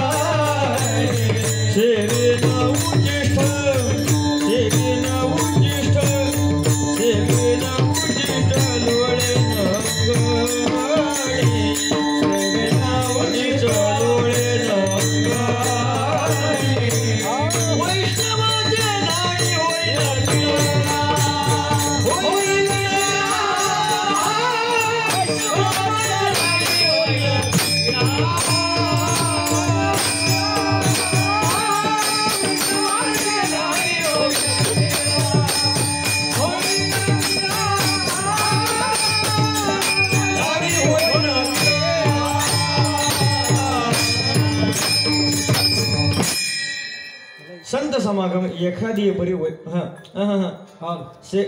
सेवेनं उच्चिष्ट लोळेन अंगणी वैष्णवांच्या धाणी होईन किडा. जगद्गुरु तुकोबाराय म्हणतात देवा त्यांच्या गर्भाला जन्म नको पण त्यांच्या बाथरूम मधला किडा म्हणून तरी जन्माला घाल. होईन त्यांचे नाणी वैष्णवांची धाणी होईन किडा. त्या वैष्णवांच्या धाणी मधला किडा पण व्हायला मला आवडेल. म्हणजे बघा कोण म्हणतायत जगद्गुरु तुकोबाराय आणि आपण म्हणतो का नाही म्हणा. उलट सांगतो तुम्हाला अजून एक उदाहरण देतो. वावे त्यांचे द्वारी श्वान याती वावे त्यांचे द्वारी श्वान याती वावे त्यांचे द्वारी श्वान याती वावे त्यांचे द्वारी श्वान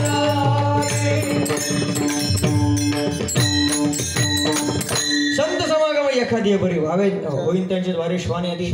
त्यांच्या दारातला कुत्रा म्हणून जन्माला घाल पण त्यांच्याच घरी जन्माला घाल महाराज म्हणतात. लक्षात घ्या ज्या संतांच्या संगतीची अपेक्षा महाराज करतात ते संत आमच्या घरी आल्यानंतर आम्ही मात्र म्हणतात ना साधू संत येते घरा तोची दिवाळी दसरा येईल ठीक आहे पण आमची लोक साधू संत येते घरा दार खिडक्या बंद करा अशी अवस्था आहे आपली. ऐका उलट पक्षी जगद्गुरु तुकोबाराय पुढे जाऊन म्हणतात काय म्हणतात वेश्येची या घरा फुले नेसी साधूच्या दर्शना लाजसी गवारा वेश्येची या घरा फुले नेसी. अहो साधू संत मायबाप समोर आल्यानंतर जर आमची मान झुकत नसेल आमची कमर वाकत नसेल त्यांना लोटांगण घालत नसेल तर लक्षात घ्या आम्ही कपाळ करंटे पक्के दरिद्री अवलादीचे एक नंबरचे. पाप आडवा येते आपलं आमच्या बाबांच्या भाषेत सांगू का तुम्हाला फडव्या पाप आडवा येते म्हणतात. शिवाय जेवण दे दहीहंडी भरते दहीहंडी तिकडे त्या तिथे मुंबईमध्ये भागामध्ये वगैरे कुठे माझा निषेध आहे या गोष्टींना. हे खुशाल तिथं बाया नाचवतात त्या दहीहंडीच्या मंचावरती. दहीहंडी गोपाळकाला गोविंदा उत्सव म्हणजे आपला वैष्णवांचा उत्सव आहे. देव त्या ठिकाणी नाचतो. देव त्या कार्यक्रमाला प्रत्यक्ष उपस्थित असतो बरोबर ना. देव त्या कार्यक्रमाला उपस्थित राहतो. तिथं साधूंचं त्या ठिकाणी साधूंना बोलवा पूजा करा. ज्या छत्रपतींच्या महाराष्ट्रामध्ये ज्या छत्रपतींच्या दरबारामध्ये कधी बाई नाचलीच नाही त्या छत्रपतींच्या महाराष्ट्रामध्ये हरामखोर बाया नाचवतात ती भडवे. माझे शब्द कदाचित तुम्हाला टोचतील तुम्हाला आवडणार नाही पण हे शोकांतिका लक्षात घ्या. आणि ते बघायला आपली लोक जातात कमालीची गोष्ट आहे. म्हणजे वेश्येची अरे वेश्या दासी मुरळी ओळी जगाची ते तुझं सोहळी कायची वाटे तुला ती कशी बरी वाटते रे बाबा. माझा तो विषय नाही जाऊ दे मी पुढे जाऊन सांगतो. संत समोर आल्यानंतर त्यांना लोकांकडे घालण्याबाबत मला लाज येऊ देऊ नको. तुम्हाला सर्वांना सुप्रसिद्ध उदाहरण सांगतो आणि सेवा त्या ठिकाणी आटोपती गेली. अगदी 5 मिनिटांमध्ये आता सेवा आपली संपून जाईल बघा. कबीरदासांच्या घरी निवृत्ती ज्ञानदेव सोपान मुक्ताबाई नामदेव महाराज आधी सर्व संत उतरले बरं का काशीला. कबीरदासांच्या घरी आधीच दारिद्र्य होतं खायची पंचायत होती. आता साधू संत मायबाप जर घरी आले त्यांना खायला नाही घातलं तर आपलं ते सर्व पुण्य लयाला जाईल आपल्याला त्यांची सेवा घडणार नाही. आधीच भाऊ अवघड आहे संत बेटी त्यात संत आलेत आता काय करावं खायला अन्न नाही. मग शेवटी कबीरांनी ठरवलं आता कुठल्या तरी दुकानामध्ये दरोडा घालायचा चोरी करून आणायचं बरं का चोरी करून आणायचं. पण संत उपाशी जाऊ द्यायचे नाही. कमाल महाराज म्हणजे कबीरांचे सुपुत्र ते दोघं जण चोरी करण्याकरता का घरामध्ये गेले. चोरी करण्याकरता त्या दुकानाची भिंत फोडली त्या भिंतीमधून आतमध्ये गेले. आतमध्ये गेल्यानंतर त्या ठिकाणी चोरी केली अन्नधान्य घेतलं. कबीरदासजी बाहेर उभे सर्व जिन्नस पदार्थ त्या कामाला बाहेर दिलं आणि करता करता त्या दुकानदार जागा झाला बरं का. चोर चोर करून ओरडायला लागला. चला चोर पळाला करून ते कमाल महाराज पळतायत पाठीमागून दुकानदार धावतोय. करता करता कमाल महाराजांनी त्या भिंतीच्या त्या होलातून बाहेर उडी मारली. मस्तक बाहेर गेलं कमरेपासून खालचा भाग आतमध्ये राहिला. त्या दुकानदारानं चोराला धरलं. आता कबीर म्हणतोय कमालदास म्हणतायत कबीरांना बाबा आता एक काम करा आता तुम्ही कसला विचार करू नका माझा मस्तक छटा आणि मला माझं मस्तक घेऊन जा. आज आपल्या दारातून साधू संत उपाशी नाही गेले पाहिजे. जर चोरी झाल्याची बोंब जर गावात झाली तर या घरामध्ये चोरीचा अन्न शिजते म्हणून साधू संत जेवणार नाहीत. लक्षात घ्या आज आपल्या घरून साधू संत मायबाप उपाशी नाही गेले पाहिजे. माझा प्राण गेला तरी चालेल. बघा किती मोठा त्याग आहे. त्या कबीरदासांनी त्याचं मस्तक छाटलं ते बाहेर घेऊन आले. मस्तक लपवलं. साधू संत मायबापांना जेवायला घातलं. इकडे काय घटना घडली त्या दुकानदारानं ती सगळी फिर्याद राजाजवळ मांडली. राजाला सांगितलं माझ्या घरामध्ये काल चोरी झाली तर चोर सापडलाय. चोराचं मस्तक नाही पण चोर आहे. काय करायचं राजानं सांगितलं अर्धा का होईल आपण चोर सापडलाय, चोराला सुळावरती द्या. त्या चोराचं शरीर महाराज घेऊन त्या सुळावरती लावलं. म्हणजे कमालदासांचं शरीर गावाच्या वेशीवरती त्या सुळावरती टांगलं. सूळ म्हणजे तुम्हाला सांगू कसा सूळ असतो, इथून घात असा सूळ घुसतो ना, खालून घुसतो ना, वरून डोक्यातून निघतो. बाकी तुम्ही समजून जा, सूळ होता. आणि दुसऱ्या दिवशी सकाळी नित्यनेम उरकल्यानंतर सर्व मंडळी पुढच्या तीर्थयात्रेला जायला निघाली. संत मंडळी राम कृष्ण हरी भजन करीत पुढे चालली होती बरं का, रस्त्याने चालली होती. आणि ती मंडळी पुढे जाताना वाटेमध्ये ते सूळ लागलं. आणि त्या सुळावरती असणारं ते कमालदासांचं ते प्रेत, त्या प्रेतानं त्या संतांना नमस्कार केला, असं हात जोडले. बाप रे, सर्व संतांनी, तो खरोखर आश्चर्य त्या संतांना दिसलं. त्या संतांनी तोंडामध्ये बोटं घातली. कोण आहे हा? कोण एवढा भगवनिष्ठ महात्मा आहे? मृत्यूच्या उपरांत सुद्धा संतांना नमस्कार घालतोय. संतांची मर्यादेला कळते. हा कोणी सामान्य नाही, हा नक्कीच कोणतरी मोठा महापुरुष सत्पुरुष आहे. नक्कीच याच्याकडून कुठला अपराध घडला नसेल, याला नाहक शिक्षा मिळालेली आहे. ते सर्व संत त्या प्रेताजवळ गेले. त्या प्रेताला नमस्कार केला. सांगितलं, महाराज तुम्ही कोण आहात? बोलू शकत नव्हतं, कारण घशाच्या वरचा भागच नव्हता. याचं मस्तक कुठं आहे? कबीरदासजी म्हणाले, हा माझा मुलगा कमाल आहे, याचं मस्तक माझ्याजवळ आहे, मस्तक घेऊन या. मस्तक आणलं. ज्ञानेश्वर महाराजांनी ते मस्तक त्या कबीरांच्या मुलाच्या धडाला जोडलं. ते प्रेत जिवंत केलं. त्या प्रेतानं पुन्हा नमस्कार केला. ज्ञानोबारानं शरण आला. लक्षात घ्या, संता लोटांगणी जाता लाज नको म्हणी. आपण असं करू का? आपलं शरीर धडधाकट आहे, हातपाय जिवंत आहेत, कुणी आपली मान तर कापलेली नाही ना. मग संतांपुढे झुकायला काय आहे? संतांच्या पायावर टेकायला किमान मस्तक देवानं शिल्लक ठेवले आपलं परमभाग्य महाराज. आपल्याला हे कळत नाही. म्हणून लक्षात घ्या, संता लोटांगणे जाता लाज नको म्हणे. संतांना लोटांगण घालताना कधी लाजू नका. संतांच्या पायावरती नीट डोकं टेकून नमस्कार करीत जा. पूर्वी काही डोकं टेकून नमस्कार करायचे, नंतर तो नमस्कार असा आला, असा आला, नंतर तो नमस्कार इथं आला, गुडघ्याला हात लावून नमस्कार आला, नमस्कार बदलत गेला. लक्षात घ्या, तो आता कुठं जाईल वरती हे मी सांगत बसत नाही, आपली वेळ संपत चालली. जगद्गुरु तुकोबाराय म्हणतात, बरं ते साधू संत मायबाप जेव्हा मला भेटतील तेव्हा त्या संतांना लोटांगण घालण्याबद्दल माझ्या मनामध्ये कुठली आडबुद्धी नको. आणि शेवटला म्हणतात, देवा संतांच्या संगतीमध्ये राहून तुझ्या प्रेमामध्ये माझं गाणं होईल, तुझ्या प्रेमामध्ये माझं कीर्तन होईल, तुझ्या प्रेमामध्ये मी अखंड नाचेन. पण ते नाचण्याकरता काय करशील? माझ्या अंगामध्ये शक्ती दे. अभंगाचं शेवटचं तुका म्हणे अंगी, तुका म्हणे